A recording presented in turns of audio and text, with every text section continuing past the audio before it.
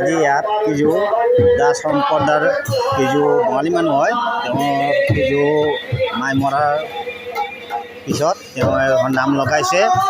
এই নামত তেওঁলোকে হোজাইৰ পৰা নাম গোৱা পাৰ্টি আনিছে আৰু তেওঁলোকে কিছু নাম গাই আছে, ভগৱানৰ নাম লৈ আছে যে স্বৰ্গবাসী মাইটো যাতে সুখে শান্তিৰে আত্মাখন কিছু স্বৰ্গত লাভ কৰক বুলি তেওঁলোকে নাম গাই আছে। মই ভাবোঁ যে আমি হিন্দু মানুহ সকলোৱে মাই দেউতা মৰিলে আমি ল'ৰা হৈ এনেকুৱা কৰাটো বৰ উচিত হয়। তেওঁৰ আত্মাটো এটা শান্তি পায়। আপোনালোকে শুনাব গানটো নুবুজিলেও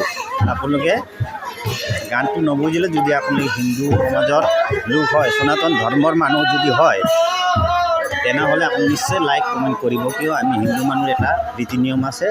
সেই ৰীতি নিয়মত এইজন দেখা পাইছে চুলি হেৰি কৰি বহি আছে, এইটো হ'ল তেওঁৰ ল'ৰা আৰু এইটো যে পৰা আহিছে গায়িকা পাৰ্টিটো তেওঁলোকে গান গাই আছে।